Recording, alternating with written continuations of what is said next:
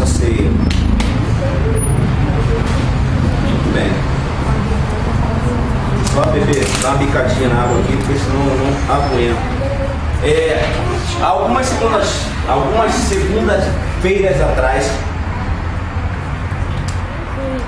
nós começamos um estudo que eu denominei de Igreja e Comunidade Terapêutica. E na ocasião que a gente começou esse estudo,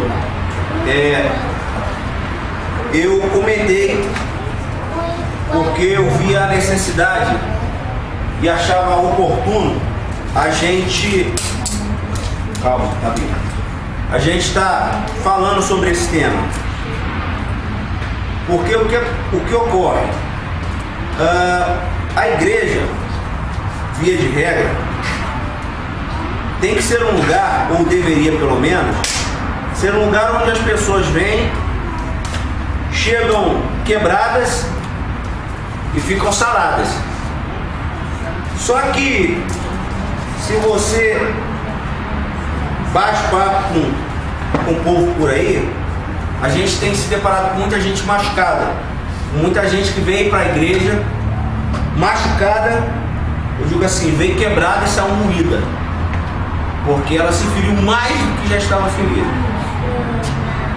E é claro, isso acontece, e na ocasião eu comecei falando sobre isso, que a igreja é feita de elementos que compõem a sociedade. Na sociedade a gente encontra gente com as mais diversas motivações para se relacionar.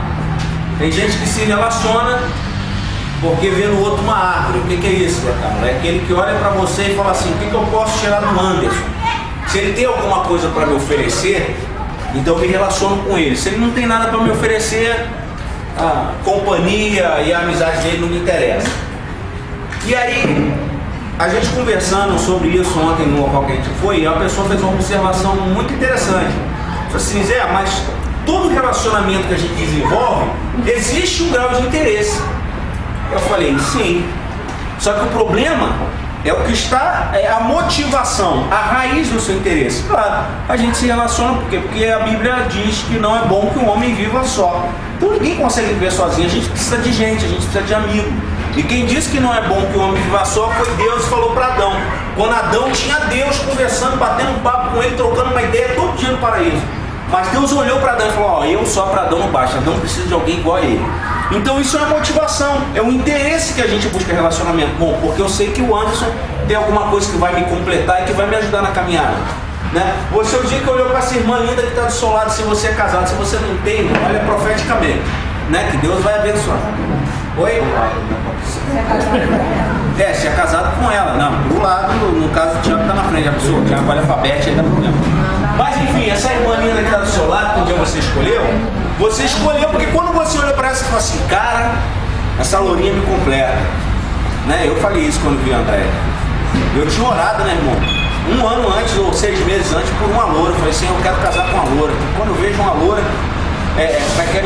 meu queixo cai, meus olhos se arregalam, meu queixo cai, meus cabelos se arrupeiam. Eu falei, então Deus me deu uma loura. Mas enfim, são motivações que a gente busca um relacionamento por ela. De certa forma isso é um interesse, né? Mas a gente vê que muita gente tem buscado interesse às vezes em se relacionar com a gente para desfrutar daquilo que a gente tem, do nosso talento, da nossa amizade, do nosso carinho, da nossa paciência. E todo relacionamento, ele só é um relacionamento saudável quando ele é uma via de mão dupla. Ou seja, eu abençoo a Andréia, mas ela também me abençoa. E isso se torna uma relação saudável. E qualquer relação onde só uma parte dá, chega uma hora, meu irmão, que o cara fala assim, meu irmão, faz o seguinte, bicho, caça por um que eu não te aguento mais não. Porque realmente a gente não aguenta. Relacionamento, amizade, amor, afetividade é uma coisa que tem que ser mútua, tem que ser recíproca, né? Enfim. E aí, nós falamos na ocasião sobre a igreja de Efésios, uma igreja que era constituída por judeus convertidos e gentios. Ou seja, os judeus, eles ainda vinham com aquele resquício da circuncisão, então eles se achavam mais merecedores do que qualquer um da salvação.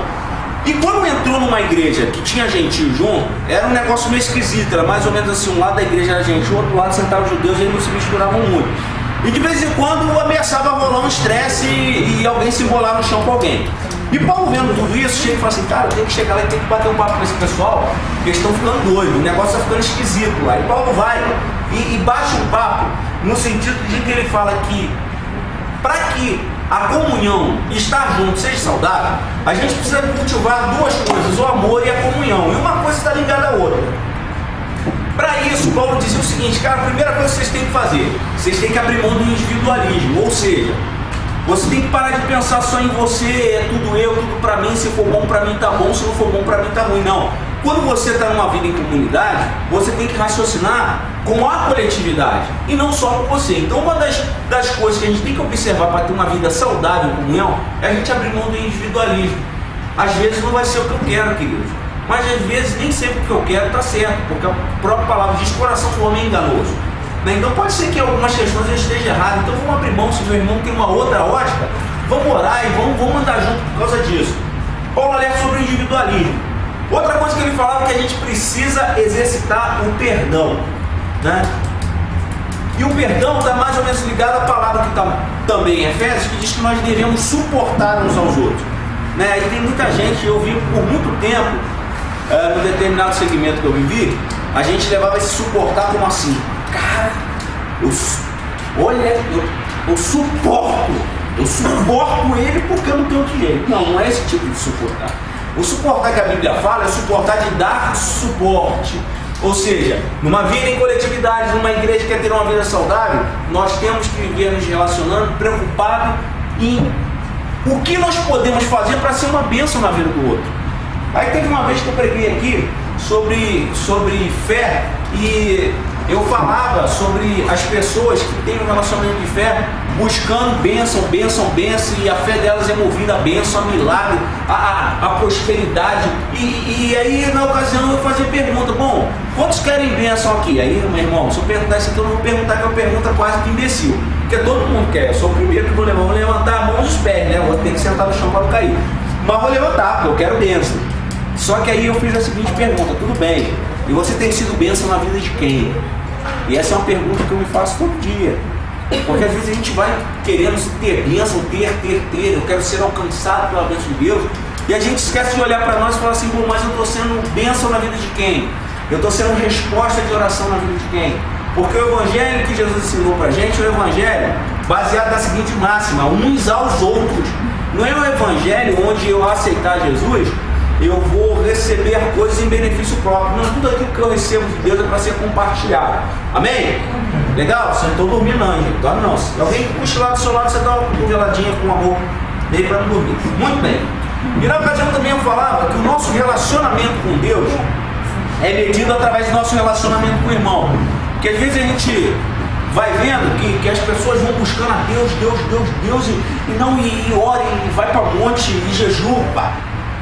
Mas no dia a dia na coletividade, aquela intimidade ou pseudo-intimidade que ele tem com Deus, não se espelha dentro de casa, não se espelha com a esposa, com o filho, com o colega no trabalho.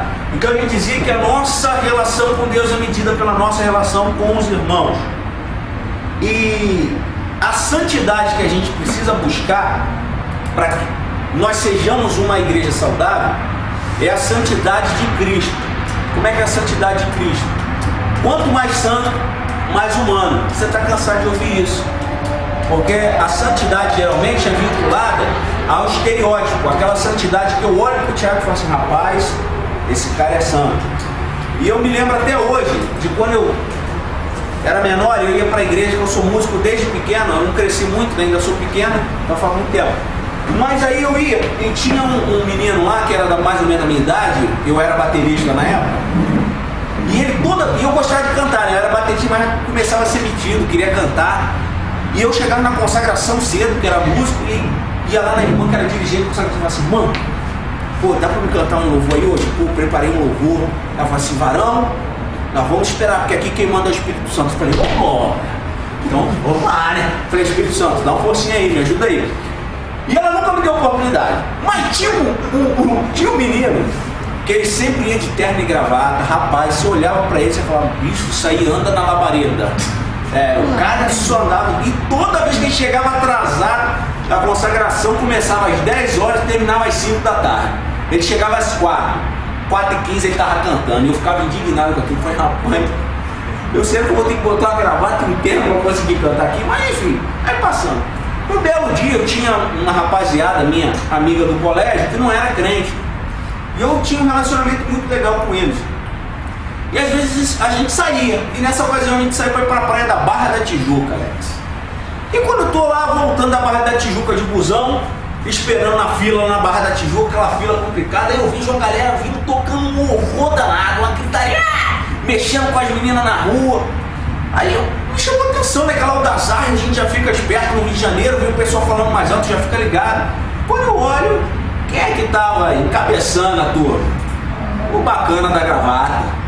Aí eu falei, ah, safado, ah, tu é essa, né? Aí tô eu lá tranquilo, quando ele passou assim, passou, irmão! Aí quando me viu, passou, querido, na benção! Aí,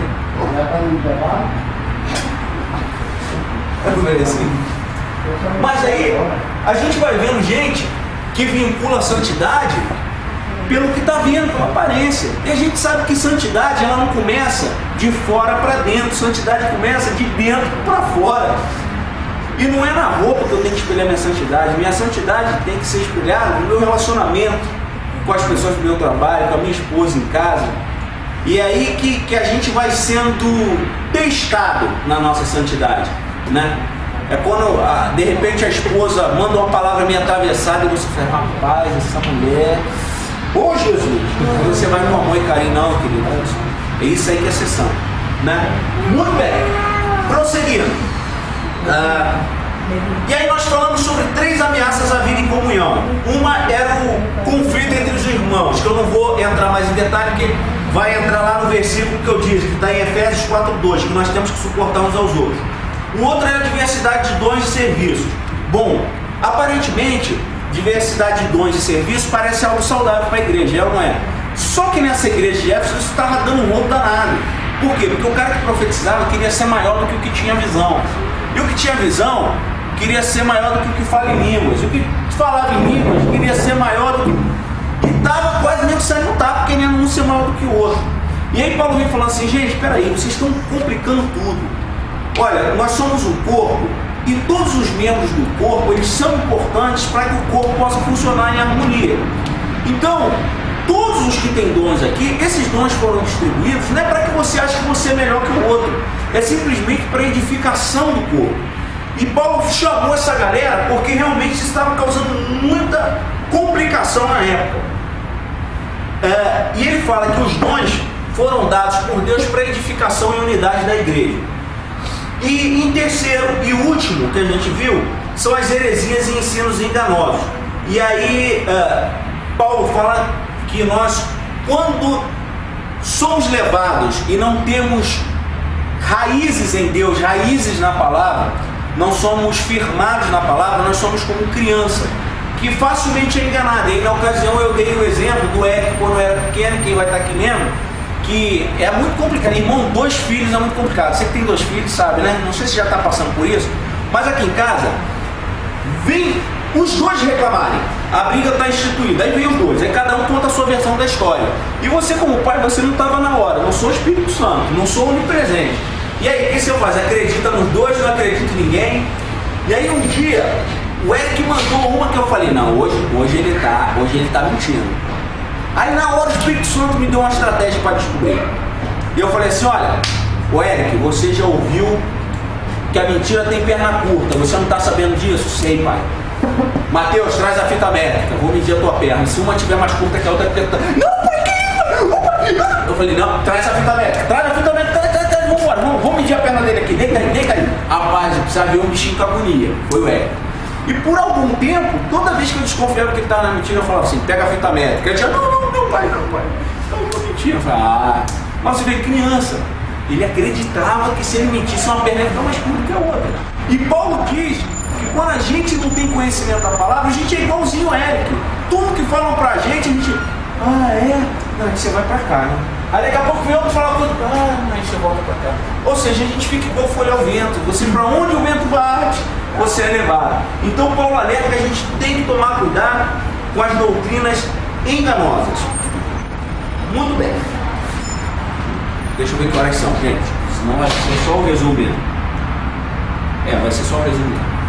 Então, só para relembrar a mente de vocês, eu vou parar por aqui e segunda-feira que vem a gente vai continuar trazendo mais algumas características e alguns cuidados que a gente como igreja a gente tem que tomar.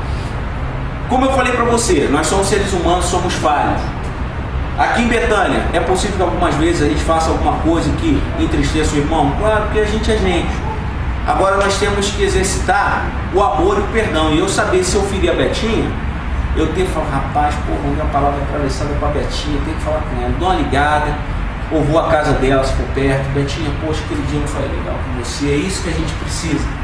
E claro, nós não queremos nos colocarmos aqui como Igreja Batista Betânia a última cocada do tabuleiro da Baiana. Não, isso não é verdade. Nós não somos perfeitos, nós não somos melhores que ninguém, não tenho essa pretensão, né? Mas se nós tivermos a oportunidade de observarmos alguns preceitos da palavra, para que a gente não cometa alguns erros que já são